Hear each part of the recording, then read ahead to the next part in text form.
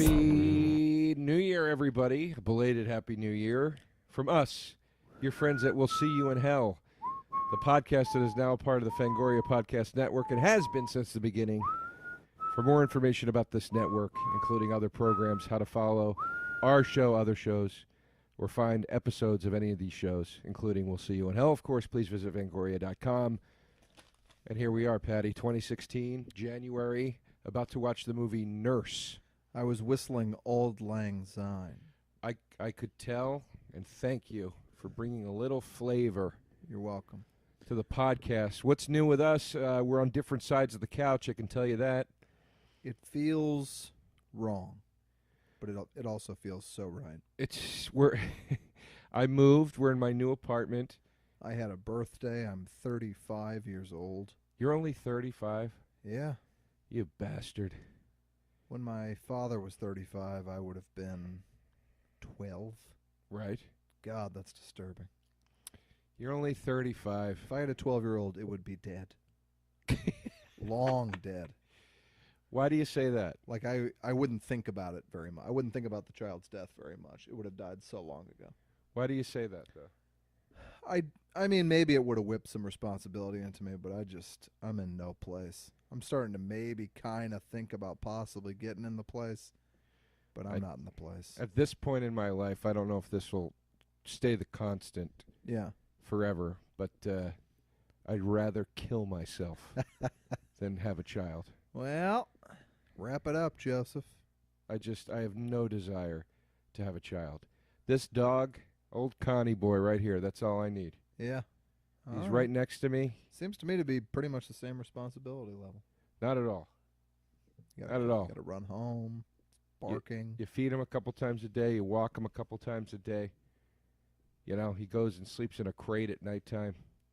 He lays around the house. There's no crying. There's no teach me about things. There's nothing. He'll never develop. It's great. You don't have to teach your kid about things. But the problem with a child is it develops. That's always been my issue with it. Is like it's not. It starts sassing you back. Yeah, who wants any of that? But maybe you get an awesome kid. There are awesome kids. Maybe. I was an awesome kid. What if you don't? My parents said I never cried. I just sat and judged people. I'd like the baby years. I think that'd be fun, and you have cute time with the baby. And then after that, that's what a dog is like. It's you like rack a baby. up some Instagram likes. Yeah. You know, that's all we're out there looking for. Your energy's down tonight, I will say. Doesn't sound like you're ready to conquer the new year. I am. I feel like I've already been conquering it, and I'm weary from that. Really? Because everyone kind of looks at me walking down the street, and they're like, this guy's been conquering 2016. And I come here, and I've already spent my A and B game. You're getting my C, frankly. You're getting my C. I'm not going to lie to you right now. I did Jimmy Pardo's podcast today. Never Not Funny? Yes, and it was. I love Jimmy Pardo. I love Jimmy Pardo too, and I love doing that podcast. But it is a solid 2 hours. Yeah. Or more of talking and with no real theme, unless it's changed since I last listened. You're just kind of futzing around. So the idea of talking to you now for 2 hours is not exciting me. But I did meet a very nice lady on the road. Who told me that she's a huge fan of the podcast. Oh, great. And she said, I love listening to you guys talk because I feel like I'm watching a movie with my friends. And they're just talking the whole time. And I said, God bless you. I'm glad you feel that way because about the 60-minute mark, I don't even know what I'm saying anymore. I tell you, I always have a nice time. I have a nice time, too. We visit. We talk. Shoot the breeze. We're going to watch some nudity. You pour some sort of a soda cocktail every time. Something with soda. Would you make Actually, not every time because you never have soda, but this is a Jack with a splash of DC. Diet Coke. Diet Coke. You brought your own Diet Coke? It was in the fridge. Oh, okay. I just bought some nice natural cane sugar soda at the new coffee shop that opened near my apartment. Is it the new green Coke? No. Which I haven't even seen advertised. At work, we have green Coke. Green Coke is like another version of diet, and it's gross. But it's also 90 calories, which is like... It's like... not diet. I don't get it. Because they keep trying to make this like hybrid, like it's not totally aspartame. It's like some of that and then some sugar. And it always just tastes like Diet Coke. Like, Is it worldwide, or are we in a test market for it? I don't know, but I got it. I was very excited to try it because I thought maybe finally it's like a compromise. And it just tastes like Diet Coke. Yeah. You can't, aspartame is like garlic. Yeah. Once it's in there, there's no way you're not tasting it. You know At what I mean? least once a year, I'll go up to a bartender, and I'll go, you know what I'm going to have? Little ditty about Jack and Diet. And no one has ever laughed at it. And I would... to this day, no one's ever laughed at it. were you to tell me a bartender did laugh at it, I would go and demand he be fired. I think it's pretty strong. If I was a bartender and all I'm listening to all night is like, hey, bro, can I get a couple more shots of Jaeger? And somebody comes up to me like a classy, distinguished gentleman like myself. And I go, hey, man, can I get a little ditty about Jack and Diet? I'd laugh and I go, hey, you're all right, bud. It's on the house. I wouldn't even know what the fuck you were talking about. John Cougar Mellencamp. No, I know. I get the reference. I'm saying, like, John Cougar Mellencamp. were we not talking about Jack and Diet Coke right now, I'd be like, what the hell is Diet? Like, I wouldn't even know what you were saying. Diet Coke. They get it. That's what's infuriating, is that they usually do get it. They just don't laugh at it. Oh, well, look. Maybe I'm just meant to be a bartender because I'm not finding the humor in it either. All right, well, then go bartend. I'll finish up this podcast. I want to have a drink tonight, but I had so many last night, and I'm just not going to drink tonight. It helps me speak freely. It helps all of us speak freely. My problem is I get one in me, and then I just You want to keep going. it's I'm going to terrible. finish this and then want to go paint the town, and it'll only be midnight. Let's think about it. You don't have to work tomorrow, I work at 11. so you'll stay up till 2 a.m. tonight. I always do. I'm not against it. It's Wednesday. You ain't got shit to do tomorrow. There's a bar over there called El something. I can't remember the name. Uh-huh. I want to check it out. Apparently, it's a real beer swilling, like, like tough guy room. Hey, I can be tough when I need to be. I'd go over there for a beer. I can't be tough, folks. That was a lie. All right, ladies and gentlemen, we're watching the movie Nurse today. Why? Because Pat's seen it and I haven't. Another new twist for the new year. We've never done one where I didn't see it and Pat did. Right. I watched it pretty recently, and it's reasonably entertaining, and it's chock full of nudity. It's got Paz de la Huerta, who seems criminally insane. I don't know who that is. She was on Boardwalk Empire where she was naked every episode, long Okay. periods of time. I like that. And that's what this is. It's kind of like she's a sexy nurse and she kills people. Okay, very good. We're back on the Netflix because the new setup involves my new Mac Mini computer. Thank you again to Keith Robinson for betting me that Star Wars would not make more money than the Avengers, and Pretty stupid, paying me Keith. $500 when he lost that bet. I can't believe he paid that bet. That's the kind of bet. That's the amount that you can be like, man, sorry. He's a betting man. He likes to gamble. So Me I took too. that money to the store. I bought me a Mac Mini, and our new setup is watching these on the Mac Mini instead of the Apple TV. So if you want to pause now and go to your Netflix and look up Nurse and watch along with us, please do so. If not, you don't have to. And here comes the count off. Patty, why don't you do the honors? Okay. I'm going to go 1, 2, 3, play. Here we go. 1, 2, 3, play. Now, when Nurse There we are. was actually released theatrically 3D. It was released in 3D. Yeah, it's coming in a little loud for me. It's a little loud for me, too. Do you want to talk for a minute while I adjust it? Yeah, I'll talk for a minute. You got to cover this. Okay. So, yeah, Nurse was released 3D, and it was one of... There's been a few of these horror movies that are released, like, almost under the radar. Like what's the one? My Bloody Valentine? My Bloody Valentine 3D? It's still very loud, Joe. That's better, yes. Okay. They opened with a title screen about how the medical profession is full of malpractice and people killing each other and things like that. We're opening on a butt shot. I like how they felt like they needed to justify the purpose of this movie. Yeah. Well, it's probably to pad it out. It's an hour 23. It is an hour 23, and folks, we're not going to lie to you. That's part of why we chose this, too. It's about 10:30 on a school night for us. Yeah, we were like, let's do The Shining, and then realized it's 2.5 hours long. We'll do something better next time. I mean, I'm not saying this is bad. I've never seen it. But now, why is she in this whore's outfit already? She's on the hunt. I think, so what she does is she targets, like, cheaters, married guys, assholes. Hey, that's Owen Benjamin. And then she kills them. It's sort of like Dexter almost, which is probably how That's it was my pitched. buddy Owen. I say he's too attractive to be a comedian. He's a very good-looking man, and he's the tallest man I've ever met in my life. Oh, wow, I'm going to get to see my buddy Owen get killed? This is exciting. Yeah. Now, have you ever seen one of your friends killed in a movie or television? Only in real life. And speaking of Dexter, oddly enough, I dated this girl for a while when I first moved to L.A., and her friend was an aspiring actress, and then she started getting roles. She played Don Draper's mom in a flashback on Mad Men. Uh-huh. But her big break, she was like, I'm going to be on the season premiere of Dexter. I'm in a scene with John Lithgow, which is probably the best season of Dexter. Season 4. Okay. And I'm like, oh, that's so great. I watched that show, so I'll be watching anyway. It's so cool that I get to see you. And she's like, I actually don't think that's my friend Owen, by the way. I think I made a mistake. I'm sorry to cut your story it's okay. off.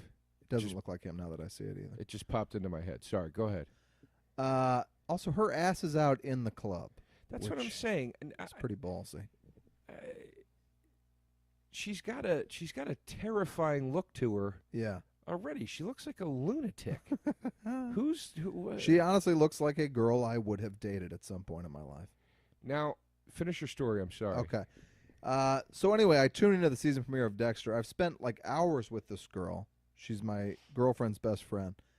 And I turn on Dexter. In the opening scene, she gets full frontally naked, bush included. Mm-hmm. I'm like, holy shit. Then John Lithgow murders her. Spoiler alert. Brings her into a bathtub and like tenderly caresses her completely nude body as she bleeds out into the bathtub. And I'm like, wouldn't you tell somebody, hey, not only am I going to be on Dexter, I'm going to be full frontally nude and murdered. She probably just signed an NDA. Maybe. I thought she was going to be like a barista who sells Dexter a cup of coffee. Well, I mean, I'll tell you what's weird is... This guy's about to get his dick bit off. You know, how many times... how many times did she think that was going to happen when she was watching Harry and the Hendersons as a kid? Probably never. You know, that's a weird situation to be in with John Lithgow. Yeah, exactly. You know? She just cut his dick with a scalpel. And can I tell you, he did not react big enough. Now, is this girl a good actor, or is this... She's she's convincingly crazy, kind of like a Sharon Stone. You completely buy that she's insane. But she's not a strong actress now. I don't know if I'm buying this character she's putting out there already. The nurse? I don't know. It's real monotone, the delivery. I don't know. She wasn't great on Boardwalk Empire. I only saw the first season of that show, and I'd like to finish it at some point. Who did she play on that show? She played Buscemi's, like, Moll. Like, you know, she was kind of like on call to bang him. And she was always naked. Well, there's the reason the movie was in 3D. Right. Oh, God, terrible CGI. So she shoved him off a roof, and one of those cast iron fence posts went through him. Yeah. A la The Omen, I believe is the movie that happens in. And it was an unnecessarily weird shot that clearly was made just for 3D. Yeah, this is kind of weird. It does like you can tell they're going for a camp thing, but it's never really funny or scary, which is the danger of the horror comedy. I know I always want more Niecy Nash in my horror movies. I love Niecy Nash. And she's in this. Yeah, she is. I don't know if I have a frame of reference to say I like or do not like her. I just don't think horror when I think Niecy Nash. No, nor should you, but she's effective. She's great on Getting On, which is an HBO drama comedy I do show. like her on that show, and I thought she was funny on... Reno 911. Yes. I missed... I'm a massive comedy buff and have been since I was 5 years old, but I completely missed Mad TV. I had never seen an episode of it. Let me tell you something. You didn't miss shit. Really? Yeah, it wasn't that funny. Now, the other night they did their reunion show, and it was done really on the cheap. But I was like, I wonder if I might have enjoyed this. I did find there to be a shockingly racist Asian character that I guess was one of the biggest characters on the show, done by the woman from Getting On, Alex Borstein, who voices the mom on Family Guy. Yes. And a lot of this, Bobby Lee, and a lot of this, I was like, would probably not fly today. It wasn't. And it was only funny. 10 years ago. It wasn't that funny of a show. I All right. love Bobby. I have friends that run. Bobby Lee's hilarious. Key and Peele were on Key it. and Peele, I'm not friends with them, but they were both on the show. But yeah, there have been some great people on the show, but I never found the show to be that great overall. Okay. I can best describe it like this: Mad Magazine is funnier than Mad TV. Oh, I forgot that they were one and the same. Yeah, so and I'm not hating on Mad Magazine, but you're not reading it and doubled over. No. Oh, no. Unless maybe you're like Homer Simpson or something, Right. Look at Judd Nelson making an appearance. Judd Nelson, you sort of figure he retired from acting, but the truth is he's probably just not getting work, which is a little sad. But, I mean, that's pretty cool that he was in a movie that was in theaters again, because I think he was kind of...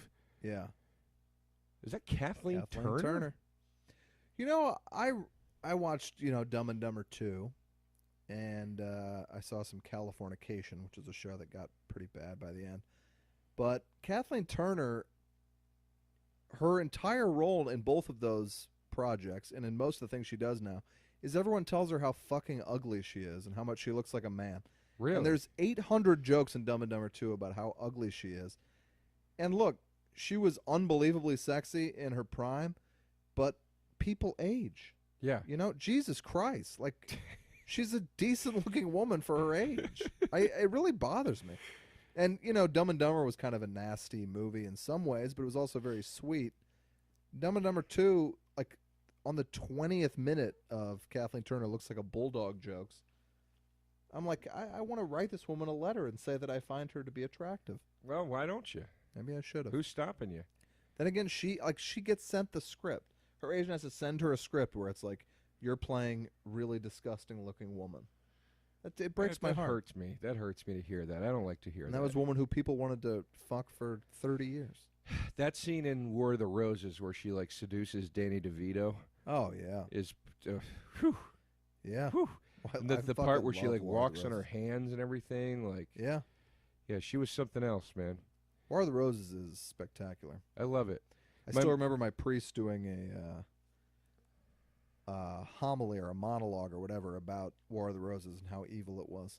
Because it was about divorce? Yeah, I was like 9 years old, and they were like, isn't it funny? A couple divorcing. Just shameful. On and on. Hey, I respect the guy for sticking to it hardcore. The priest? Yeah. Oh, all I mean, right. if you're going to do it right, right? Yeah. Good for him for not being a half-ass. I don't agree with him, but... I just admire how fucking nasty that movie was, and it was a huge hit. I loved it, and they both die at the end. They do. They do. It's incredible. I remember the first time I saw it, I couldn't believe that they both died at the end. Yeah. I could not believe it. I was Are you waiting. a Death to Smoochie fan? Love Death to Smoochie. Yeah, I mean, DeVito's just one of the sickest fucks in the world. Yeah, he's Even his kids' movie, Matilda, is fucked up. Is it?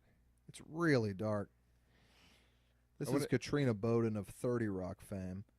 This is the girl from 30 Rock? Yeah. Who'd she play on there? I don't watch TV. We're seeing this guy's Jeez. butt? This guy's butt, and you see no nudity of Bowden. Well, that's stupid. I think the kid is from High School Musical. That's upsetting. Yeah. He's got a Donald Glover vibe. Yeah. This kid. Just watched Donald Glover play the smartest man in the world in The Martian. That's literally what who he plays? Yeah, he plays like this lazy stoner guy who strolls in and is like, "Oh, I think I can solve your problems, NASA." Is that movie good? It's pretty solid. It's not a comedy. It just won Best Comedy at the I don't Golden Globes. understand. Yeah, what is that? The Golden Globes is the most worthless television program on earth. They just buy the awards. the best comedy television went to Mozart in the Jungle, which no one has seen, and I think is a drama as well. But basically, it's like everyone behind The Martian is like, all right, we know we have a good movie here that people really enjoyed, but it's not going to win Best Picture drama. So let's just enter it as a comedy. And the Golden Globes people are like, yeah, that's fine. It was Obama's favorite movie of the year. You know, it celebrates science and it celebrates intelligence, and I like that about it a lot. It's very nerdy. Like the last line of the movie is like, well, science sure is special, isn't it? It's like that nerdy. Like something you should watch at school. Spoiler alert if you haven't seen it. That tells you nothing. I'm never going to see it. That a narrator says science is a wonderful thing. I'm asking you to not tell me the end of the movie. Oh, no, I don't want to do that for the podcast listeners. I just said spoiler alert. Well, now, do you think Matt Damon dies alone on Mars? Do you think he comes home? I think he comes home. All right, well, you're right. I'm right? Yeah. Yeah, it's like a big triumph. Yeah, but it's a good movie. I liked it. Look, it's a good team of people. It's just not the kind of movie I care about. It looked like Castaway with a lot of gardening in it. Well, I fucking love Castaway, and Martian is nowhere near as good as that, but I did like it. I enjoyed Castaway. I've heard The Revenant compared to Castaway. I don't see any comparison. I haven't Castaway seen it. really kind of broke me up, as if I can get a little pretentious, as like a metaphor for loneliness. I thought it was pretty fantastic. I haven't seen Castaway in many years. Yeah. But I do love the part where after he gets rescued, they have that party for him, and then he's alone in the room and he just picks up that king crab leg. Yeah. And, like, just throws it. Like, yeah. You got to be kidding me. Yeah. Like in Bridesmaids, I love that Kristen Wiig, when she's sobbing watching a movie, it's Castaway, and she's not watching, like, When Harry Met Sally or something. You know, like, Castaway is, to me, a perfect metaphor for, like, just being completely alone. And then how hard it is to readjust to people when you're not alone anymore. Can I just take us back to the movie for a second? Yeah. Did you see? Look at this. She's showering in her underwear. She's showering in her underwear because she clearly has some no nudity clause. But then why cast her, folks? This is a hard R horror movie. That's not even what I was going to point out. The shot of the shower head with the water coming out of it, just so you could have the 3D water. Yeah. So stupid. This movie's making me angry. I am finding the main character sexier and sexier as we go along. That's what she does. That's kind of her thing. But she's got like, I write for a show that does a lot of current event jokes, and I look at a couple different websites each day to see what the new like celeb gossip is so I can be up on it.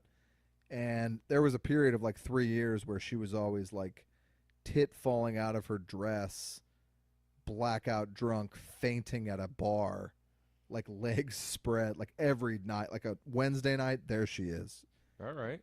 Look at that. Look at that ass. We sound like a couple of pigs right now. We're just disgusting. Yeah, I know. But she is, I'm seeing the appeal. Yeah, I get it too. Now, do you see her boobs in this? Oh, there you go. Constantly. I just came from seeing Daddy's Home. I thought you were going to say I just came. I came a little bit. All right. You saw Daddy's Home. God only knows why. I'm a huge fan of both Farrell and Wahlberg. Well, then there's your answer, But the movie looks terrible.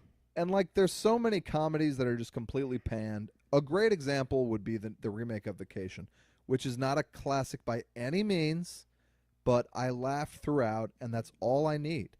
And critics made it seem like it was, a fucking disaster, and it wasn't. So now sometimes they're right. You and I saw Get Hard. Get Hard wasn't good, but I'm like, Kevin Hart, Will Ferrell, why would I not see this? I didn't see Get Hard. You saw that not with me. We saw Get Hard together. I've never seen that movie. Will Ferrell and Kevin Hart prison movie. Yeah, I know what it is. I've never seen it. We didn't? No, I didn't see that either because I was like, this movie looks terrible. I think we talked about it on this podcast. We might have talked about... They're in jail. Yeah. We saw it at the Glendale Galleria. Pat, I didn't see it with you. I've never seen the film. All right. I don't know who I fucking saw it with. Yeah, That's disturbing. I didn't think it looked funny. And I am a fan of both of those guys. Well, now Daddy's Home... I know Kevin, and I didn't see it. Daddy's Home did not look funny either. Right. On the last podcast, we talked about Get Hard, and you said, yeah, that fucking sucked. We saw it. Pat, I didn't see it with you. I might have said it sucked because I thought it looked like it sucked, but I never saw the movie. It looked like a terrible movie, so I didn't see it.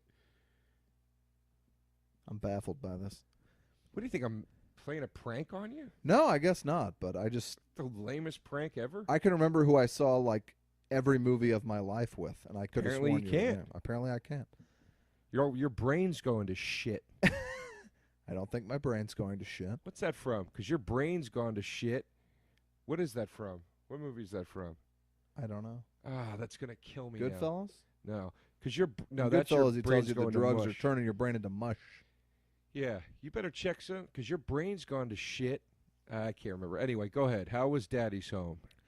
So, I don't give a shit about Wahlberg, really, but I love Farrell. I like Wahlberg in a comedy. And I figure Farrell is going to make me laugh 10 times minimum, whether the movie's good or bad. And I was wrong, folks. It's really bad. And a woman I work with who I think is very funny said it was good, but then I remembered she's got kids and she never leaves the house. And sometimes you go to see a movie once a year, that movie's going to seem pretty good. It's really aggressively bad. All of the music is from 2001. What's the music? Like, give me. Like the year 2001. It's no, like I know. But give me like a. The Hives. Like, hate to say I told you so. And what is the significance? Dirt Off Your Shoulder, Jay-Z. It's literally all the music is from 2001. And tell me how many times do white guys walk in slow motion to the Jay-Z song? Well, that's the scene. They do. But white guys walk in How? slow motion 10 times in the movie. They walk in slow motion to Dirt Off Your Shoulder once. Because How many fucking movies are going to it's in every trailer. How The many? guys walk into a place in slow motion to hip-hop music. It's every fucking movie. It's honestly, even though I know it's not, I'm going to just say it's racist because I'm so sick of it. All right, I'll back you on that. Like, stop it. What the entire joke is that a white guy is walking to rap music? Stop This it. girl's got an unbelievable body. And I'm I know blown I'm away talking, by it. talking like Howard Stern right now, but I mean, it really is.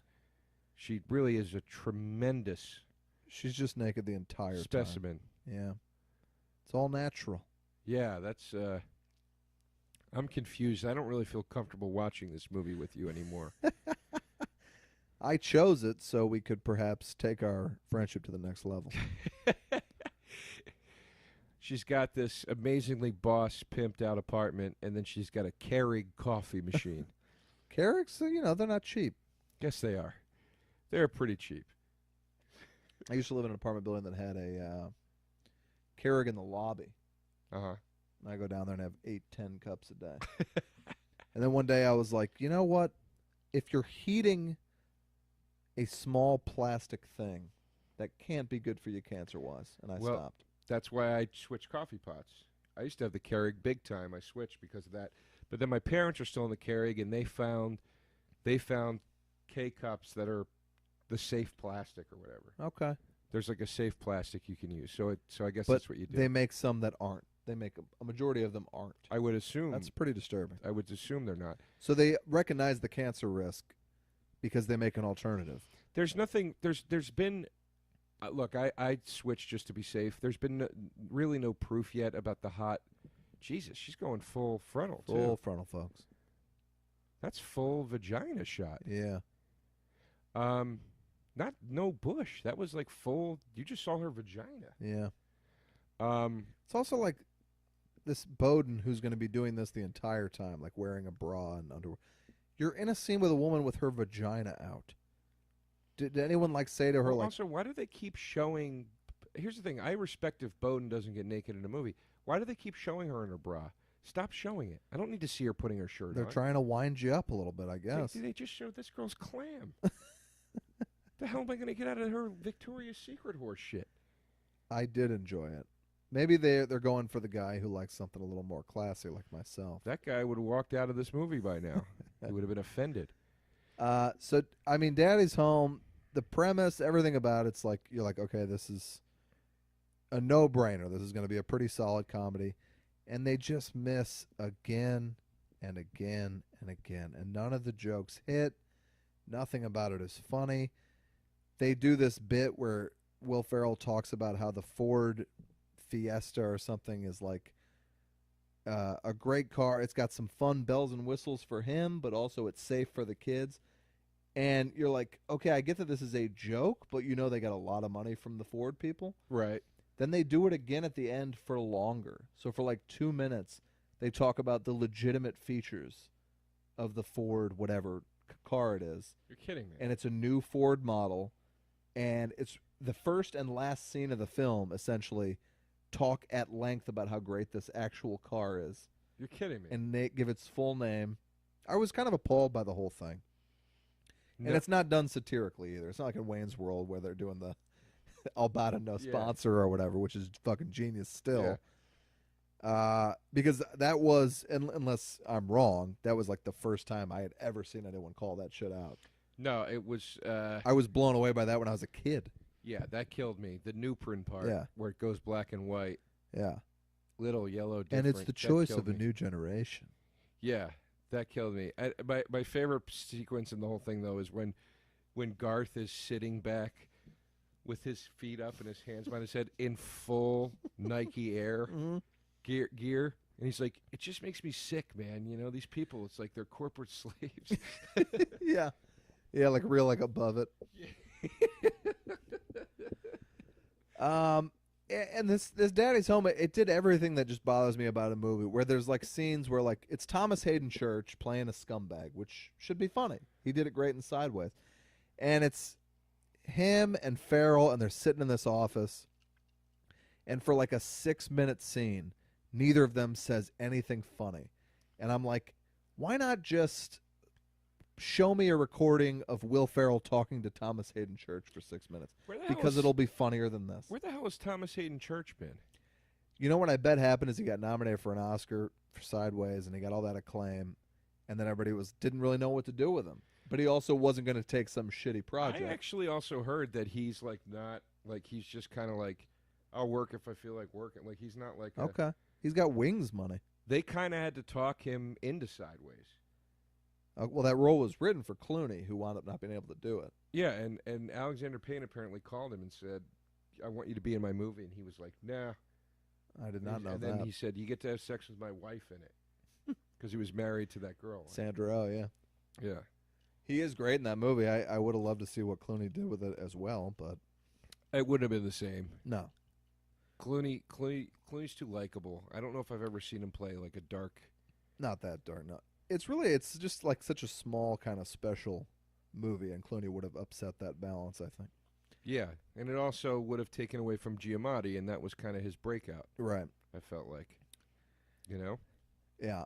This Daddy's Home. Now they have Paul Scheer come out as this announcer at a big basketball game. And Paul Scheer's on screen for 5 minutes, and I'm not saying that nothing he said was funny. I'm saying they didn't write him even anything in the proximity of a joke. They just didn't. Like you couldn't. I'm sure Paul Scheer's on set and is like, guys, you don't want to give me one joke? I'm funny.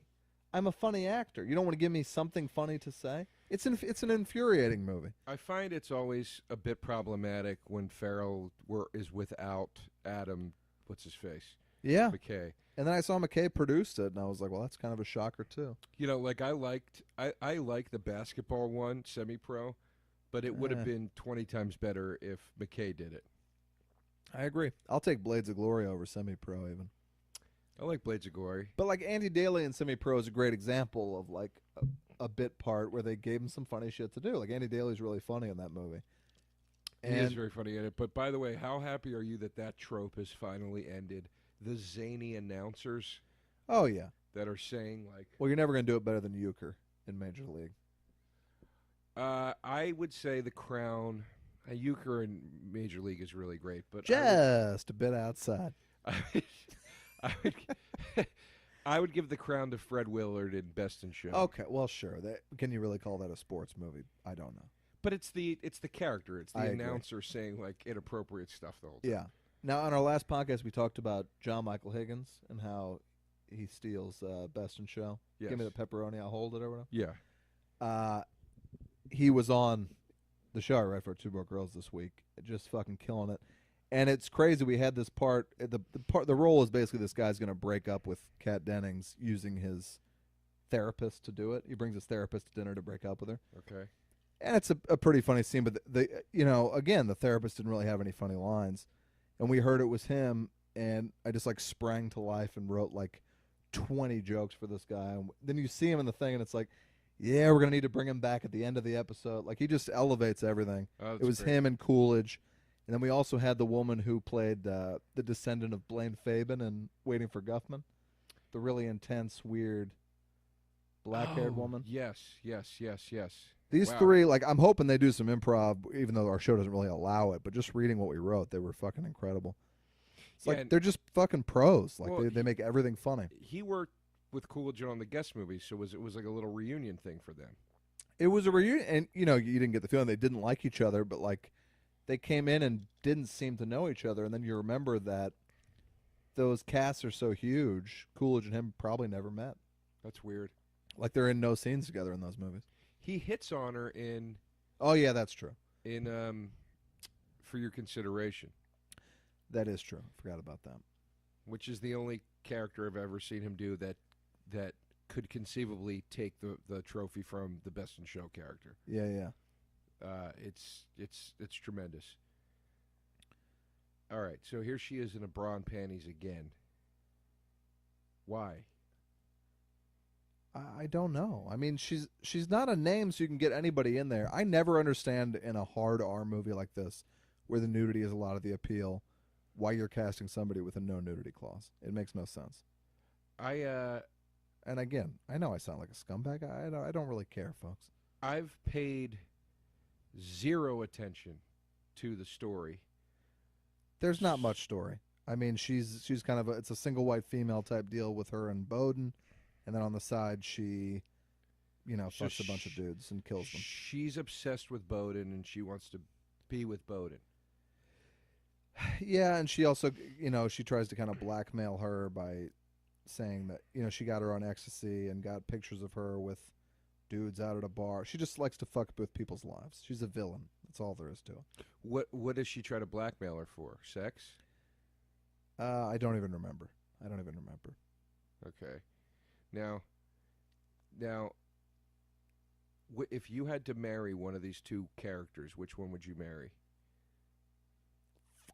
It's a fascinating question. It's like that same question works for Mulholland Drive, But you didn't know that the dark-haired one was crazy.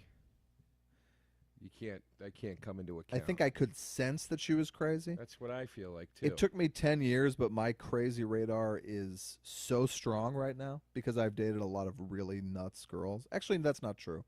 I've dated a couple. I always say if a guy says every girl he's ever dated is crazy, the guy is crazy. Right. But if a guy says one girl he dated is really crazy, that girl's crazy. Well, give him a few. I mean, few. You should get more than one. I've had a couple.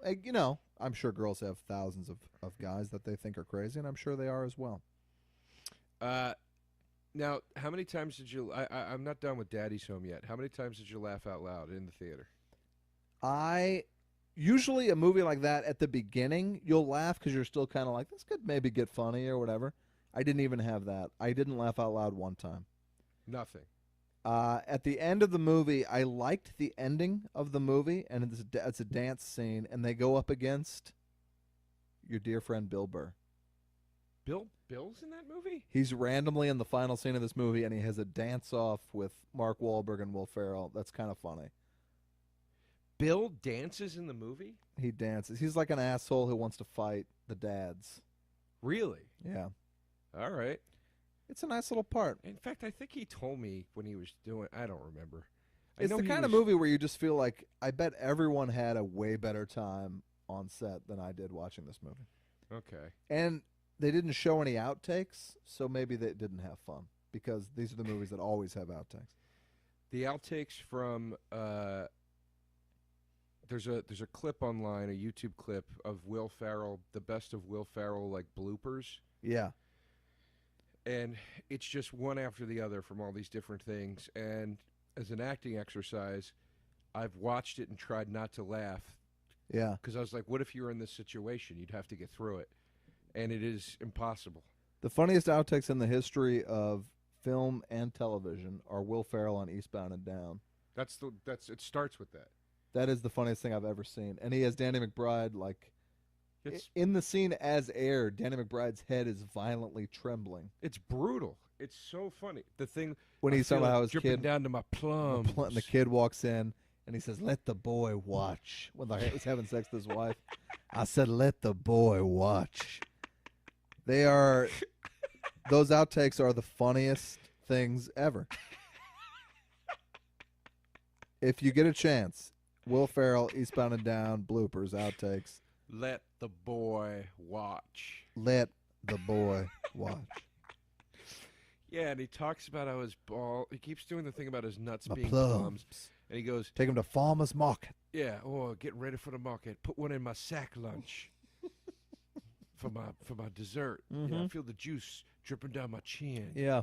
It's It's funnier than anything he did on Eastbound and Down. Like, the outtakes are incredible. I had two moments like that on the shooting things, and I'll tell you the stories, Pat. Okay. The first was on when I did Louis. This line didn't make the episode, but he said, "Joe, I want to end this scene with you holding up a parking ticket and saying, 'Do you guys pay for parking? Because the fat cunt at the front desk says you don't validate.'" Uh-huh. I couldn't get through the fucking line. I was laughing so hard. They wouldn't have been able to air once. that. Yeah. I got through it once by like the skin of my fucking teeth. And he had the camera right on me. It was like a solo close-up. Like, it was brutal. And the second one was one of the times I was doing Amy Schumer, I was in a sketch with Kurt Metzger and Zach Braff. Uh-huh. I remember that sketch.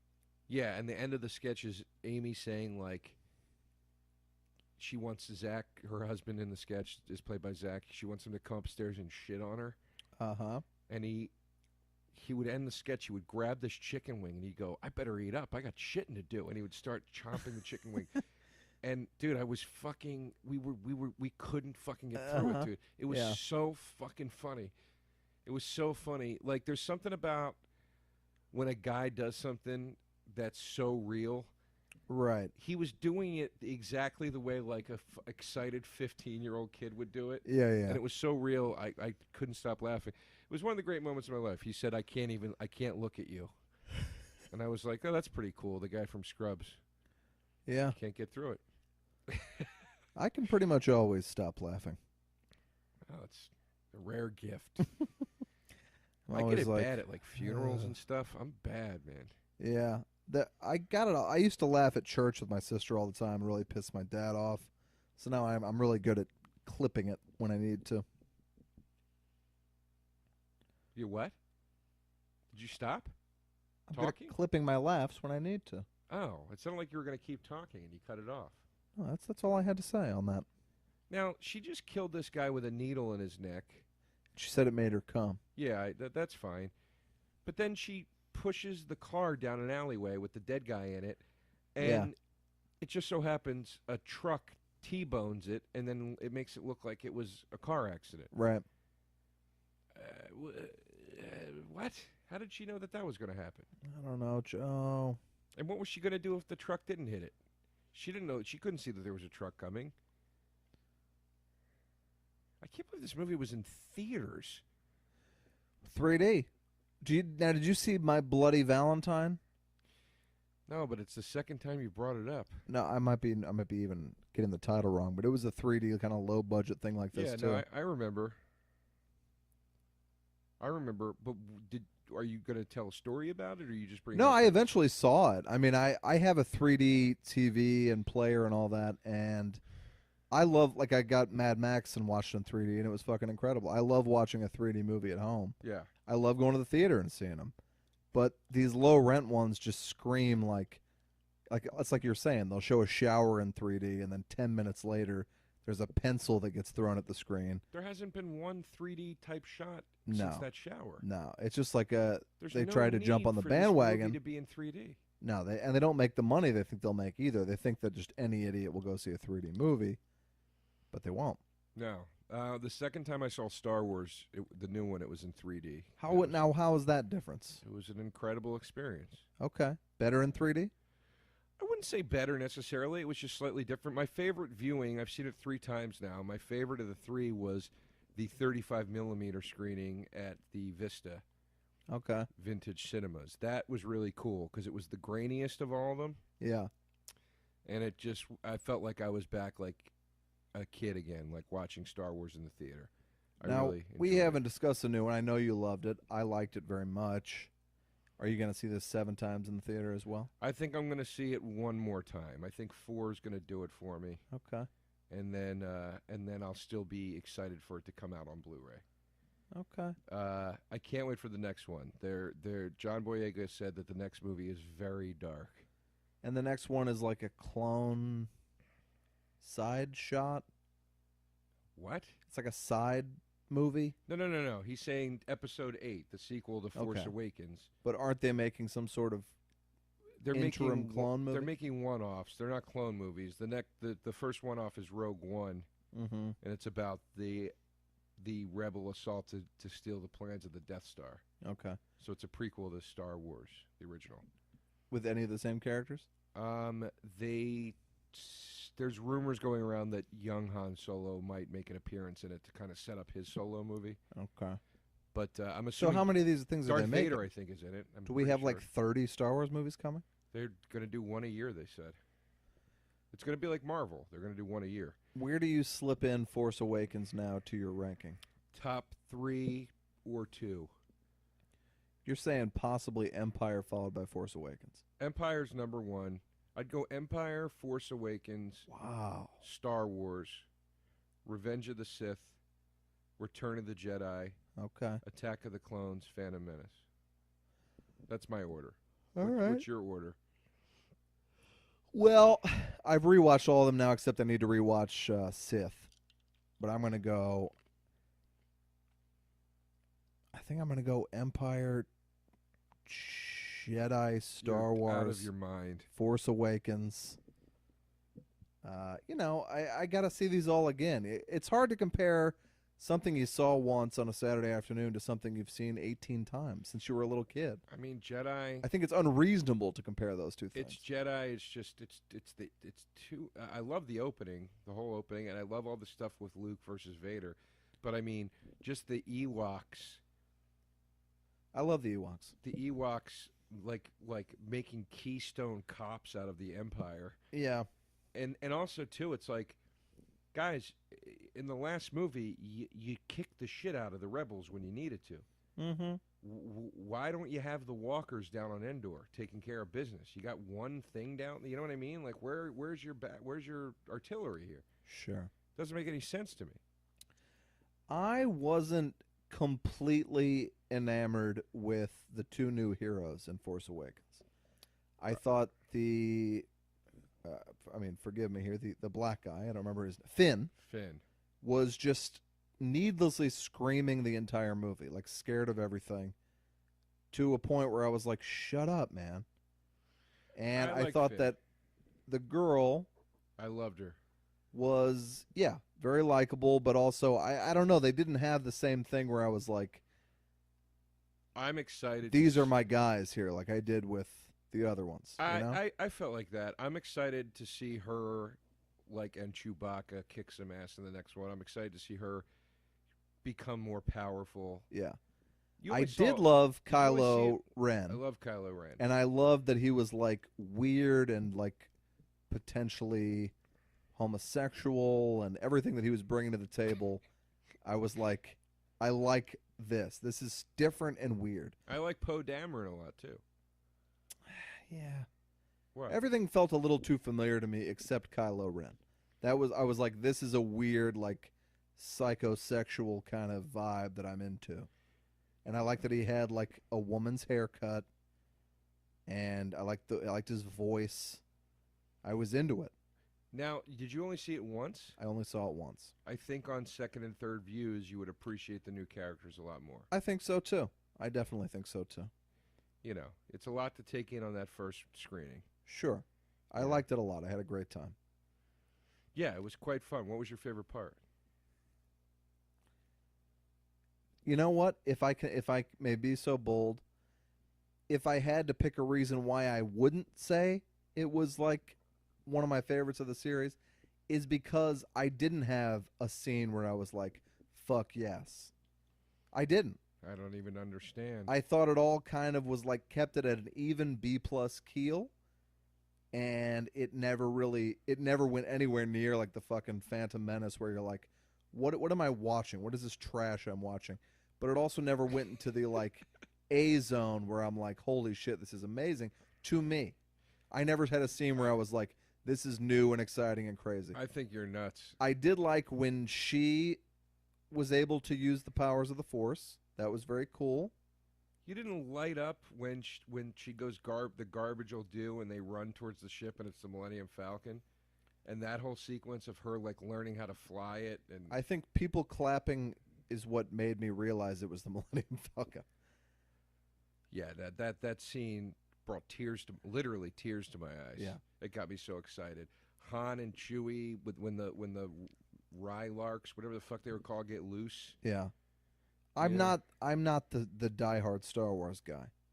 Evidently. So you said you didn't know it was the Millennium Falcon. When everybody clapped, I was like, okay, this must be the Millennium Falcon. This must be the. All right, let's. I'm sorry. We don't need to talk about this anymore. It is what it is. To a child, evidently. Niecy Nash, I'm just picking up now as the comic relief in this film. Yeah. We've been talking through the whole film, but through all of her scenes as well. Right. And I just realized this is supposed to be some comedic thing. They've got a character running around the hospital putting smiley face stickers on everybody. Yep. Not quite sure why. It's ironic. You know, I'm sure there's a reason, but who is this girl playing the smiley face girl? I don't know who she is. What happened to Judd Nelson? Is he dead? No, he's around. He does die. Spoiler alert. I watched The Danish Girl. Eddie Redmayne dressing up like a woman. Yeah, how was it? Didn't care for it. It's not getting great reviews. I'm surprised. No. I thought that guy was going to grab an Oscar 2 years in a row, but the reviews have been kind of mild about it. I mean, he even shows his dick. He tucks it back, Buffalo Bill style. Does he dance in the mirror like Buffalo Bill? Nah, he makes way too many faces. Like, he's already, like, in a full dress and, like, Sunday ladies hat. But then he's, like, really overdoing the faces and acting. And I thought at times, and I could not be more accepting and tolerant of the whole movement. Well, here comes a statement. That was a hell of a disclaimer you're putting. I really could, but I was just like, you're gonna say. This guy is, he's not trying to treat this with any kind of respect. He's desperately begging to get an Oscar because he got a taste of it right out of the gate, and now he's like, he's just, you're already playing a woman. You're already dressed as a woman. You don't need to insanely gesture and move your face around. All right. Well, I don't think you needed that disclaimer. That's not intolerant, what you just said. You're saying you didn't think he was good at the acting. Joe, you know the times in which we live. I do. I just didn't care for it. And I'm sitting there, I turn to my girlfriend to be like, this is ridiculous, and she's got tears streaming down her face. So it works on some, obviously. I went to see Creed with my dad. Love Creed. It was sold out. You didn't see it yet? I still haven't seen it. Joe, that's fucking nuts. It was sold out because That's fucking nuts, in the Philadelphia area, that movie is even more popular than everywhere else. Creed is really great. Well, it was sold out. So my dad and I ended up seeing Hateful Eight instead, which I couldn't believe wasn't sold out. Right. And we loved every minute of it. It was a little awkward sitting next to my dad during the scene where there's a forced male-on-male blowjob. But now let me ask you this, and I think it's fair now. It's been out a while, and that is only the Act 1 break. Do you think that actually happened, or that he was trying to force Bruce Dern's hand? I think that's one of the... All right, we're going to go real heavy spoiler right now. Because I've been waiting to talk to you about why... But now wait, are we only spoiling up to that hour-and-a-half mark of a 3-hour movie? I'm going to speak freely about this movie. All right, well, folks, I don't know what you want to do here. It's the movie's in theaters. I don't necessarily love that we're about to spoil the movie. We're not spoiling because we're giving the warning, so you can tune out if you don't want to hear it anymore. Okay. So then they don't know when to come back. All right. you want to talk about this any longer? All right. Well, when you I'm click trying to back get through into this- when you click back into the show, just make sure we're not still talking I'm about. trying to get Hateful through Eight. this goddamn Nurse movie. If in any way you're a we film can. fan, you should have seen the new Quentin Tarantino movie by now. Frankly. One of the things I loved so much about the movie was the brilliant setup of Samuel L. Jackson's character with that letter from Lincoln, Yeah. where you didn't know if what he was saying was true or not. I thought Right. that was brilliant. Another place where they exploited that was he talks about how the lady that owned the haberdashery hated Mexicans. Yes. And when you see the scene in the flashback where she meets the Mexican guy, she's a joy to him. Yeah. Yeah. So Exactly. there were little nuances in his stories and whatever like that where you were like, is he lying? Is he telling the truth? Is he not? I loved that. I thought it was awesome. Another Easter egg thing that I thought was so cool was when Tim Roth, when they show the flashback and you see that he is speaking with a put-on accent through the first act of the movie. Right. The accent he goes into in the second act, which is his real accent, Yeah. is the same accent he uses in Reservoir Dogs Yeah, that's true. as the undercover cop. That's and I true. was like, that's so fucking cool, man. There were little moments like that I really, really liked. Hateful Eight, there are multiple little moments that I was like, that was great. And yet, on the whole, it's my least favorite Tarantino movie. Although I give it a B+, gladly. I had a good time. I just thought, I would have loved to see any of his other movies extended to a 3-hour length and shot in 70 millimeter. And this seemed to not be the one to do either of those things in, to me. I loved it. It was one of his most impressive movies to me as far as the shots they were pulling off. Yeah. I mean, there were the outdoor stuff was fucking incredible. Yeah, there were I shots was in like, this- this is one of some of those beautiful things I've ever seen. Well, there's a scene where there's a naked man going through 3 feet of snow, and it's really happening. Yeah. And you're like, how are they doing this right now? So Well, there were look, if I'm going to be in a Tarantino movie, I'll walk naked through the snow. So it was an amazing. I got nothing to hide. It was an amazing feat that they shot in that kind of weather and whatever. It was, to me, I liked it better than his last 3 movies. Oh, okay. Because here's All why. right. Or We're talking Django and Glorious Bastards? I liked it better than Django and Glorious Wow. Bastards, Kill Bill, or Death Proof. So his last 4. Wow. The only one I could understand would be Death Proof. but okay. Here's why. I'll tell you why. Those are all great movies. Yeah. I'm not knocking those movies. This movie to me was the most Tarantino thing he had done since Jackie Brown. It was Sure. tried and true Tarantino. Which was an Elmore Leonard thing. It was dialogue driven. It was, these are your characters. It wasn't jumping like into all these different storylines and sequences that were happening in all these different places. I know Pulp Fiction kind of does that. Yeah. But I just mean, like, Django Unchained, Inglourious Bastards, Kill Bill, these are like epic movies. Right. Epic, sprawling movies that tackle very specific genre pieces in cinema. Kill Bill is the samurai movie. Right. You got the World War II movie. You've got the Western. And this, of course, was a Western too. But it was Reservoir Dogs to me. It was like here are 8 guys. They're trapped in this room, and we're going to figure out who we can trust and who we can't. And I loved it, man. I fucking loved it. Again, that's one I will definitely see again before it leaves theaters. But to me, I couldn't help but feel a little let down by the whole thing, and I hated everyone in it. It's called The Hateful Eight, Pat. I know. I thought Samuel L. Jackson was awesome, but at the end of the day, I was like, I liked the Reservoir Dogs. I don't like these people. Oh, no. See, I felt very similar about the Reservoir Dogs to these guys. I felt like there were guys you kind of started to like, and then they would say something horrific or do something horrific. Yeah. And you'd be like, I don't like this guy anymore. Yeah. And by the end of it, there was kind of like 1 or 2 guys that you liked, and Sure. it was Roth and Keitel and that, and in this one, it was the sheriff that redeems himself. Sure. And Sam Jackson. Sure. And the whole revelation at the end of it, like, it's kind of becomes this movie about racial progress And I don't know. I just thought it was great. We should go see it at the ArcLight because the ArcLight is showing the 2-hour and change cut. I'd be curious to see what the tighter version is like. Yeah, I only saw that Roadshow version as well. That's all I saw. Yeah. I did dig it very much. Tarantino has done so much greatness that it's really not fair to compare a movie of his to his other movies because they're some of my favorite movies. But to me, it's his least successful movie. Maybe a repeat viewing will change that. Well, here's the thing too that I also appreciated because there were certain people who were complaining about the roadshow aspect of it and the length and all this stuff. Oh, I loved having an intermission. I like that he tried to create an experience. Yeah, for and sure.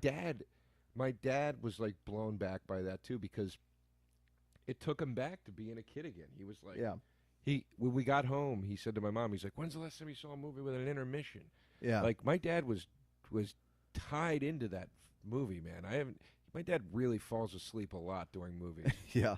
So the fact that he was in there and stuck with it, probably helped me. Yeah. My enjoyment, my own enjoyment of it. Well, I think I said the last time on this podcast, the only movie I ever saw with an intermission was Dances with Wolves, which was 1990. I don't think they've done it since. I've never seen Dances with Wolves. I thought that was pretty cool. Dances with Wolves, at least when I was a kid, I loved. I'm sure it still holds up. I'm shocked that as a kid you'd have an interest in that movie. My dad brought me. I don't know. Yeah. I was 10. It's a Western. It's fun. Did you, but you didn't answer my question. We talked for 10 minutes and still didn't answer my question. Do you think Samuel L. Jackson forced that guy to suck his dick or not? Well, no, I thought I did. What I was saying was the beauty of it was you don't know. Right. That was. But what do you think? I think probably not. I think not, yeah. I think he probably just killed the guy's son. I did laugh really hard at that because it was just so shocking. It was intense. It was up there with, well, again, classic Tarantino was like the Gimp scene in Pulp Fiction. Yeah, It was like, whoa. He totally just showed it. The music is exceptional. The Ennio Morricone score is great. Is exceptional. He just won the Golden Globe. And then Tarantino got in trouble for saying ghetto. What did he say? He said, Ennio Morricone is my favorite composer of all time. And he's like, I'm not just limiting it to film composers, that ghetto. I'm talking about that just means that Beethoven. And then Jamie Foxx gets up after him. Jamie Foxx, who did Django Unchained, arguably Jamie Foxx's best movie with Tarantino. He gets up to the mic after him and he goes, ghetto. Like disgusted with him. That's a term that means neighborhood. And I'm well aware. I just thought like that people really want to mark Tarantino as a racist, and I just do not buy it because he's given some of the most interesting parts for African Americans of the past 20 years. For sure. You look at Jackie Brown, somebody who creates that movie around that character simply cannot be a racist. And I don't think granted, racist. His usage of the N-word is a little insane at times. I thought there was until the end, until where I realized where Hateful Eight was going, I was like, okay, this seems excessive and weird and then at the end, the way it all came together, I was like, okay, I get it. I see what he was doing. He was built to me. What he was trying to do, at least, was he was showing how much of a jump it was for that sheriff to side with Samuel L. Jackson. Yeah, for and sure. He was also showing how awesome Samuel L. Jackson's character was and how mistreated he was. Yeah. And the justice being finally served in the end. Yeah. You know? Bruce Dern was... That was another thing I loved in the setup was when they showed the flashback, Channing Tatum says to Bruce Dern, you say hello, you tell him your name, and you don't say shit else. Right. And Bruce Dern can't fucking help it. He's Yeah. so racist. Yeah. He can't fucking help it. And he sets off the chain of dominoes that gets everybody killed. Yeah. I will, like, even just this conversation, I want to see it again. So that part was great. Clearly it was not a failure. No, it was great. I also love, too, the what's it called? What was I going to say? I can't remember. It's funny. My dad, like, I knew Tarantino's name, but doesn't know who he is. Right. And he called me, and he was like, hey, I just wanted to let you know that Ennio Morricone guy won the Golden Globe for Best Soundtrack to a movie. I was like, oh, that's cool. Yeah. I go, I didn't see the show. And he goes, well, that Tarantino fella accepted for him. He's He's a strange guy. I was like, yeah, he's He kind is. of weird, right? He looks like Eccentric. Frankenstein at this point. What He's got like weird fake hair and everything. It looks like he has bolts coming out of his neck. His forehead seems to be growing. Yeah, exactly. It's very odd, but I love the I'm guy, glad he's man. making movies. I'll tell you that much. Yeah, there was one other thing I was going to mention. I can't remember. Oh, what did you think of the? That's what it was about the Golden Globes. What did you think of the Gervais Mel Gibson exchange? It actually made me feel bad for Mel Gibson. I was like, you know what, man? Like, the guy is going to show his face now after like 10 years. And you're just going to bring up the same fucking thing. Yeah, I agree. Now, here's the thing.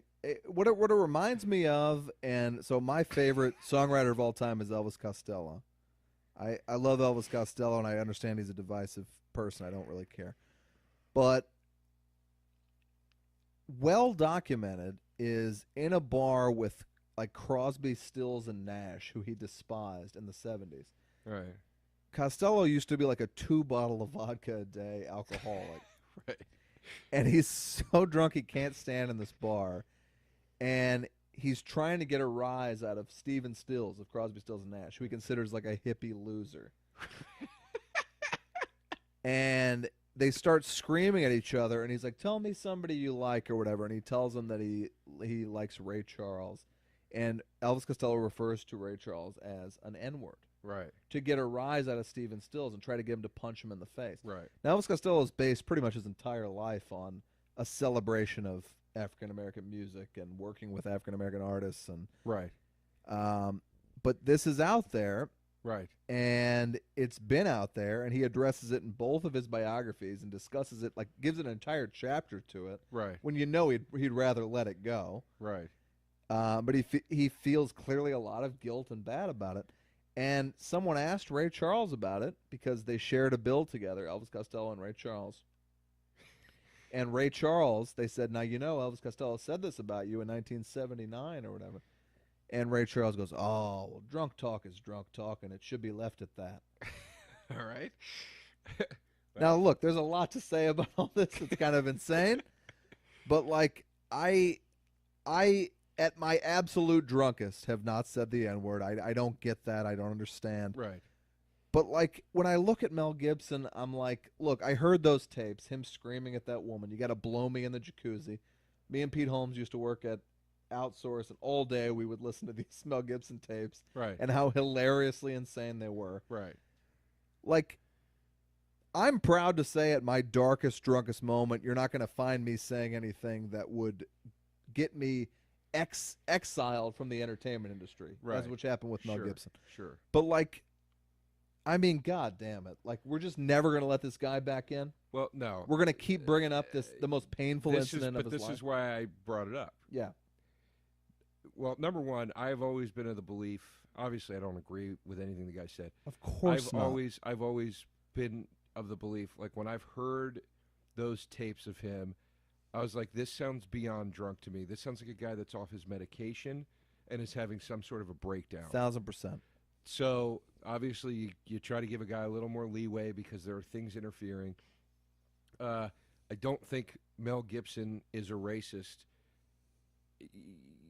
Having seen him be like best pals with Danny Glover all those years, you know, right? Like, and I mean, I guess his remarks were focused on the Jews, correct? Well, that's the second incident. I'm referring to his N-bomb in the original voicemails or whatever. Oh yeah. So yeah. My point is like I think the guy had a problem. Now wait, did he say, "I hope you get raped by a pack of"? Was that him? Yes. Oh boy, Mel. So I think. And then we're focused on sugar tits. That's weird too. Well, I mean, I think there's even some things that people don't feel comfortable joking about. Sure.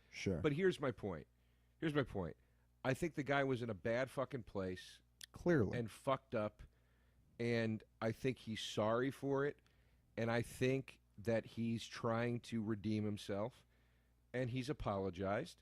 And I think that appearance was a huge step in the right direction for him. Because two things. The first thing is he got that colonoscopy line in on Gervais it got a huge fucking laugh. Yeah. It got a huge laugh. Ricky Gervais comes back out, which was kind of a baby move. I agree. Like, he got you, He dude. needed Let the it last go. word, yeah. Ricky Gervais gets the last word, walks off, and then Mel Gibson says, in response to the Sugar Tits question, "You'll have to ask the guy that said it because it wasn't me." So he's just like, dude. Yeah, He said that on stage? Yeah, he goes, "You'll have to ask the guy that Oh, said I it missed because it that. wasn't me." And he's like, dude, I was fucked up, man. I'm sorry. Yeah. I think he got a lot of ground for himself in that appearance. I really do. And look, he agreed to do it. He clearly knew, like, I'm going to be brought out by this guy. He's going to make jokes. Yeah. And he was, like, ready to handle himself, and he did. I just think, like, Jodie Foster, who was, like, an out and proud lesbian, and all these people coming forward and being like, guys, this isn't Mel Gibson or whatever else. You know, it's enough for me to, like, at least be like, all right, I don't need to throw a tin can at this guy when he walks on stage. No. It's not ideal, but, like, the think the he had a shittiest bad- things people have said and done, he's one of the few people that has had his publicly dissected now for a fucking decade. Yeah, I think he had a bad run, and he was in a bad place, and some unfortunate things were said, and hopefully Horrific things. he comes back, you know. Yeah. But that appearance, I was rooting for him. I was like, I want to see the guy. You know what else I think helped? Seeing an awesome Mad Max movie and everybody kind of being like, oh, yeah, remember when we loved Mel Gibson? Yeah. Like, you know? I think, my mother, and looking back on it now, it's a little strange. The only time I ever knew my mom to be like, to watch a movie more than once even, was Lethal Weapon, and she would watch it like 20 times. All those Lethal Weapon movies, and she loved them. And later on, it occurred to me, she had the hots for Mel Gibson. Yeah. He had a lot of butt scenes in the 80s, and she'd Yeah. watch all his movies again and again, and no one else's. I remember my mom and her friend talking about how much they loved the bare ass scene that Mel Gibson did in Lethal Weapon. He was kind of a huge deal in his day, and I think Braveheart and Apocalypto are fantastically directed movies as well. So, like, Passion of the Christ is a fantastically directed film. Yeah, I thought his smart move would be to stay behind the camera and direct. But then again, anyone who wants to act with him now has to fess up to, like, people saying, "Well, now you're aligning yourself with an anti-Semite." I think, and I've always been of the belief too that this is my Woody Allen defense. I think when somebody has these types of when somebody is this person truly in their heart, Yeah, or at their core, I think it's never one or two weird slip-up things. It's like there are several incidents usually. Sure. That's my opinion.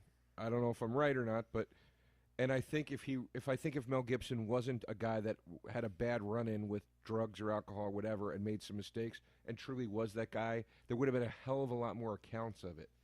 Yeah, I 'Cause when mean, the first I think there is also, as much as I hear that and respect that opinion, there's also a part of me that thinks that might be what we want to believe because we like these people. Whereas if Jamie Kennedy was caught doing it, you'd be like, fuck that guy. Well, We don't know. No one knows. All I can do is say I like Mel Gibson's movies. I like him as an actor and director. I like Woody Allen's movies, obviously. You know, And just hope that they're not the monsters that we've come to believe they might be. I hope not. It's a scary thought. But I think there's a lot of people who are way worse who are never exposed. I guess my point and that's is unfortunate. I guess my point is you look at the Cosby situation. Oh, Jesus Christ. It's an endless stream of people saying, yeah, no, that he does do that. You Yeah. know what I mean? When Travolta got accused of grabbing that masseuse's dick or whatever, A lot of masseuses came from. it was like shitloads. Yeah. You know, I mean, it was it's so I don't know. We'll see. How much longer does this goddamn movie have, by the way? It's about over. I mean, I've thought it was about over about 4 times now. We're way off. I don't even remember what we're watching. Well, it's not even midnight, and we started at about 10:30, so We only started at 10:30. maybe a little prior. I'm gonna do a little jiggle. Yeah, we got about 20 minutes. Oh, 15 God. minutes. I think it's a fascinating topic, and it's a topic that in a bar with a big group of people, I wouldn't necessarily discuss. That's what I wouldn't. that's why I it's wouldn't. kind of fascinating that we're talking about it now. But like, I feel comfortable talking to you about this. I wouldn't talk about this. yeah, at a except bar. we're talking to a lot of people about it. Yeah, but I mean, we're Ooh. also safely just having this conversation. You know, the two of us. There can be no confrontation right now. Sure, We're just talking. sure. But yeah, in a bar. I mean, look. But here's the thing. I wouldn't have the conversation in a bar not because I'm afraid to voice my opinion. It's because it's not worth the person that's going to start yelling at you. Sure. It's like we're out here to have fun. I don't feel like hearing this right now. Yeah. Here's what I will say in the defense. Like Justin Bieber, by all accounts is kind of a scumbag. If I heard Justin Bieber raped a woman, I would be like, oh God, fuck him, like immediately.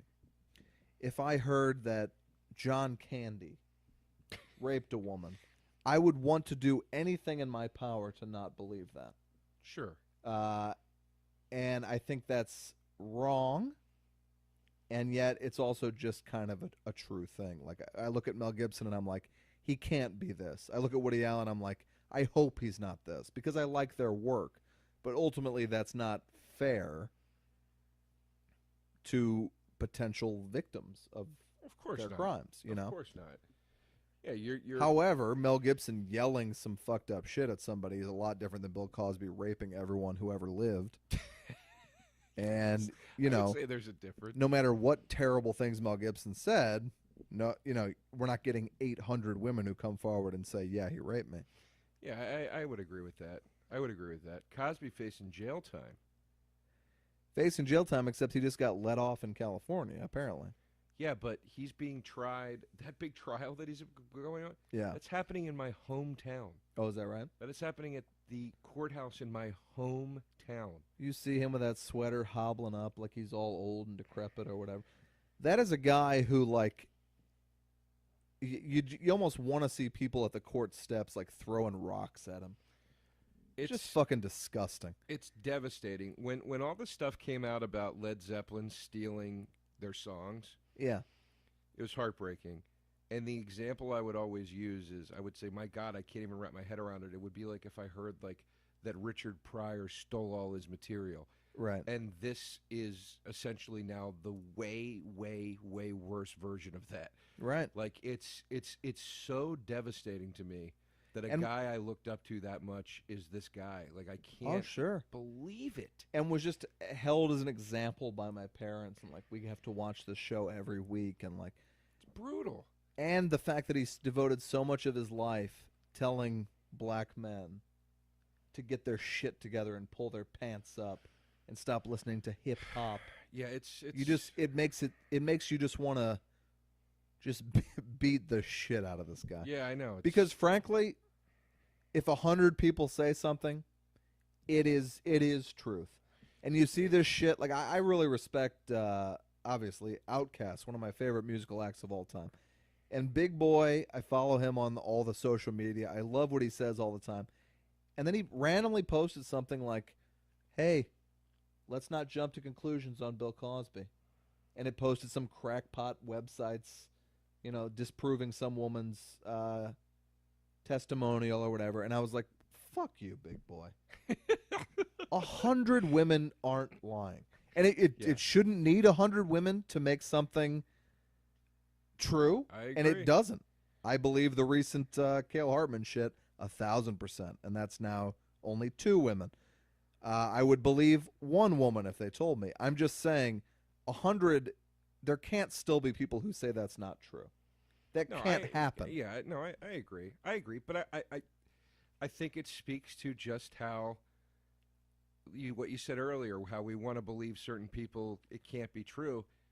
It speaks to how devastating it is. Yeah. And I'm not saying so you should be defending him in any way. No. I know that in my heart, I know Bill Cosby is guilty. Yeah. I don't know for a fact, but I know in my heart. I believe in my heart, I should say. But, it's devastating. This is how devastating it is. If you wrote a screenplay about this, not about Bill Cosby, just a screenplay where this was the story, Yeah. and the big twist at the end was he's been raping all these women, you'd be like, this is poorly written. This isn't believable. Yeah. It's the most insane reveal I've ever experienced, ever in my life. Like, I can't, there will never be, I know I'll never see anything like this ever again. I would think. I mean, my God. You just never know with people. The coolest thing to me is, like, thinking back on all those. Tina Fey on SNL and on 30 Rock multiple times called him out for being a rapist before anything came out. And everybody was like, I'll just pretend that didn't happen. Or, like, it wouldn't get a laugh. I guess I didn't hear that. But it's been kind of legend for a while. I had heard rumblings about it for a while. Well, there was stuff on his, I remember hearing stuff, and there was stuff on the Wikipedia page, but then both things said, like, they were these accusations, and they were settled out of court and whatever, so it was just enough that it made you feel okay saying, like, okay, maybe he didn't do it then. Yeah. And then some guy just got, by the way, just to stick with the movie in some capacity, scissors through the neck. Again, needless 3D shot, and it was CGI scissors. Scissors, I don't necessarily think could go through a neck. I don't know that for sure. But that was absurd. And this woman would have to have the strength of Bigfoot. Yeah. Do you know how hard it would be to shove scissors through the back of somebody's neck and make them pop out the front? I don't, but I could guess. It would take a lot. And then she just stabbed him into a guy's eye. This is one of those horror movies, too, because it's in 3D, where they're doing, like, all the gore effects or CGI, and it's just terrible. Yeah. Fucking Daddy's Home had a lot of comedy terrible CGI effects, which to me is like what? More infuriating than horror. Like Will Ferrell gets on Marky Mark's motorcycle, and then he winds up crashing into the house. It's in the trailer. He crashes into the house, and the motorcycle flies out the window, and it's the worst special effects I've seen maybe in my entire life. And in a comedy, it's like, ugh. What is CGI'd, though? To me, special effects and comedy do not mix unless you're doing like a Ghostbusters. What is CGI'd? Like Will Ferrell himself, or just the bike? The motorcycle, like when the motorcycle crashes, he's in a wall, and then you see the motorcycle come crashing back out the upper floor window, and it looks like basically like they had a sticker of a motorcycle that they moved over the lens. It looks so fake. This movie's just really ripping stuff off from a lot of different movies. They ripped off that Omen thing at the beginning. They just did a Freddy versus Jason thing where she cut the nozzle off one of those like oxygen tanks. Yeah. And it shot. Yeah. This is a pretty shameless film. It's a pretty shameless film. I'm sure there's also been a killer nurse and something else too. Probably, yes. She has an orgasm every time she hurts somebody? Yeah, it turns her on, I believe. Because she saw her dad murdered in front of her. Right. Which this also takes a great deal from Dexter. Because she's punishing people. Dexter also saw his dad murdered, or his mom murdered, or whatever the hell it was. This movie really is just a... All right, well... Not a good film. Who directed this thing? That I don't know. I'm going to look it up. What if that was the twist that I directed it and I was waiting to hear you? Give me an honest critique. Did I ever tell you about the time I was talking to a guy about cabin fever? No. I like cabin fever. I said, we were talking about we were working on an acting gig together, and he brought up cabin fever, and I said, are you going to be out in L.A.? And he said, well, I'll probably come out because they're doing a cabin fever remake. And he said, so I want to come out for the premiere of that. And I said, oh, that's cool. And I go, yeah, I'm not a big cabin fever fan. I started going off on why I didn't like the movie and what I didn't like about it. And I go, you must really love it. I mean, you're coming out to see this remake premiere. And he goes, yeah, well, I wrote it. Oh. Eli Roth didn't write Cabin Fever? This guy wrote it with Eli Roth. Oh, okay. And then I went and bought Cabin Fever and said, I'll give it a second chance. All right. Very funny, though. I enjoyed Cabin Fever. I like when she shaves her skin off. Yeah. I like that part. Was that Shannon Elizabeth in that movie? I don't remember. I really don't remember. All right, hold on here. I'm looking up nurse. My phone's at 20%. I hate when it gets down to 20%. Is that the killer nurse? Oh, she's playing fake, like she needs help. I believe so. And now she's going to sucker these guys. I believe so. Now, does she make it through this whole... Hold on a second. No, they definitely, from what I recall, leave it open for a sequel. That they may be making, for all I know. Any movie with violence and gratuitous, really good nudity is going to have a shelf life. It's got a 4.6 on IMDb. It's got a 55% on Rotten Tomatoes, much higher than I would have given it. Yeah. And we're trying to figure out who directed this thing. Oh, wait. The Nurse is a 1997 movie as well. Traumatized nurse plots revenge against a catonic businessman who she blames for the death of her family. Man, this movie is just lifting shit. Jesus, God. That's not that different. Nurse 3D. That's what this is. Yeah. Your pain is her pleasure. Right. That's a line almost verbatim out of Hellraiser. Yeah. What is this part now? She's getting arrested now? She thought she made it out? And now Doug Aarniokoski. Is that how you say that? Doug Aarniokoski. Not related to Darren Aronofsky? No. It's Doug Aarniokoski. That's how you say that. Okay. He directed this Criminal Minds and Sleepy Hollow and Arrow. He's done TV. all TV. You a Tim Burton Sleepy Hollow fan? Yes, very much so. I fucking love that movie. He got his start on the horror feature Dr. Mordred. Okay. First AD. He worked on From Dusk Till Dawn. Okay. The Faculty. Okay. Spy Kids. As first AD. First directorial effort was Highlander Endgame, which I believe is the fourth Highlander. I own Highlander. I've never seen any of the Highlanders. Never saw one of them. Never saw one of them. No. Never had much of an interest in it for some reason. I don't know why. It seems like something to be right up my alley. But I mean, Connery. I'm on board. Connery's in the first two, right? Yeah.